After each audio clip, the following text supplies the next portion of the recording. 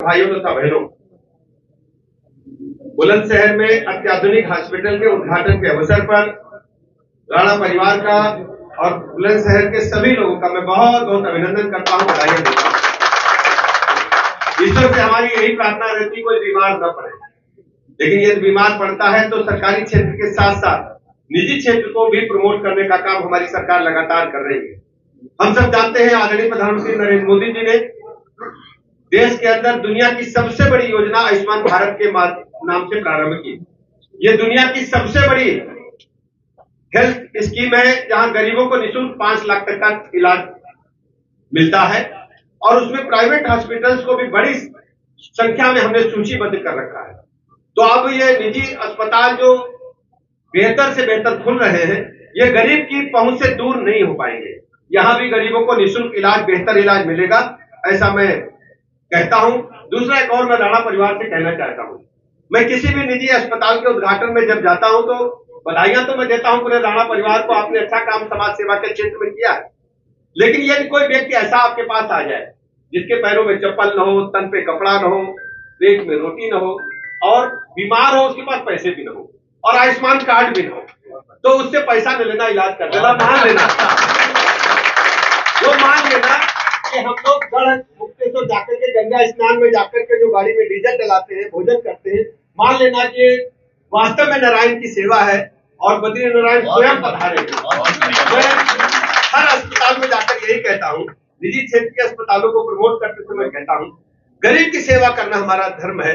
यदि कोई मुसीबत में हमारा साथी है, वो भी हमारा मतलब नहीं कह सकते कि ईश्वर ने हमें इस लायक बनाया है कि हम उसकी सेवा कर सके, तो किसी को निराश मत करना और ये मान के चलना कि आपका खाता पूरा ईश्वर के यहाँ जमा हो रहा है और आपको पलट के 4 गुना मिलेगा।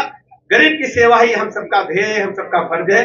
बहुत अच्छा अस्पताल आपने बनाया, मैं बधाई देता हूँ। और हमारी सरकार बुलंदशहर के समेकित विकास के लिए करते हैं। वैसे भी बुलंदशहर जानते हैं, बाबूजी कल्याण सिंह जी के जमाने से, बाबूजी जब मुख्यमंत्री थे उत्तर प्रदेश के, तो बाबूजी चाहते थे कि बुलंदशहर भी टॉप का जिला बने। तो हमारी सरकार ने भी तय किया कि बुलंदशहर समेकित विकास के रूप में प्रगति करते हुए मॉडल जिले के रूप में डेवलपमेंट के मोर्चे पर स्थापित हो। आवागमन की सुविधाएं बेहतर आप देख रहे हैं, अभी हम 6 लेन से आ रहे हैं। तो अब पहले हम लोग आते थे, क्या हालत था 17 से पहले? 17 से पहले प्रदेश के क्या हालत थे? आप सब चूंकि प्रबुद्ध वर्ग के लोग हैं, पत्रकार मित्र भी जानते हैं। इसी स्टेट में, इसी बुलंदशहर में 17 से पहले जब समाजवादी पार्टी की सरकार थी, 1 हफ्ता बिजली दिन में आती थी, 1 हफ्ता रात में आती थी। सही है कि नहीं बताना मुझे? और सुनिए, इसी स्टेट में, इसी शहर में गुंडे, बदमाश, माफिया, लुच्चे, लफंगे एक गाड़ी में 10-10 बंदूकें भर करके चलते थे और थानों पर उनका कब्जा होता था। आज गुंडे, बदमाश, माफिया या तो जेल के अंदर है, प्रदेश छोड़ करके। अब गुंडों में भय है, आम जनता में भय नहीं है। अब गुंडे डर रहे हैं।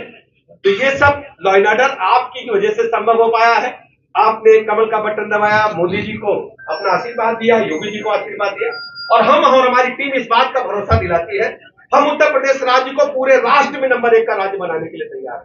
उत्तर प्रदेश के पास एक बड़ी आबादी, 25 करोड़ लोग यहाँ रहते हैं। अगर 25 करोड़ लोग ठान लें तो उत्तर प्रदेश पूरे भारतवर्ष में नंबर 1 का बनेगा। इंफ्रास्ट्रक्चर के मामले में अभी जेवर का एयरपोर्ट की चर्चा करना चाहूंगा। जेवर का एयरपोर्ट शुरू होने वाला है, तो जो बुलंदशहर के जनपद के आसपास के लोग समझ रहे होंगे उनकी क्या कीमत है। बड़े बड़े उद्योगपति आ रहे हैं, भैया हमको किराए पर दे दोगे, रहने की जगह दे दोगे। तो बुलंदशहर अब कोई साधारण जनपद नहीं है, वो भारत के नक्शे का प्रमुख शहर है। वैसे भी नाम तो बुलंद है, बुलंद मतलब होता है टॉप पर।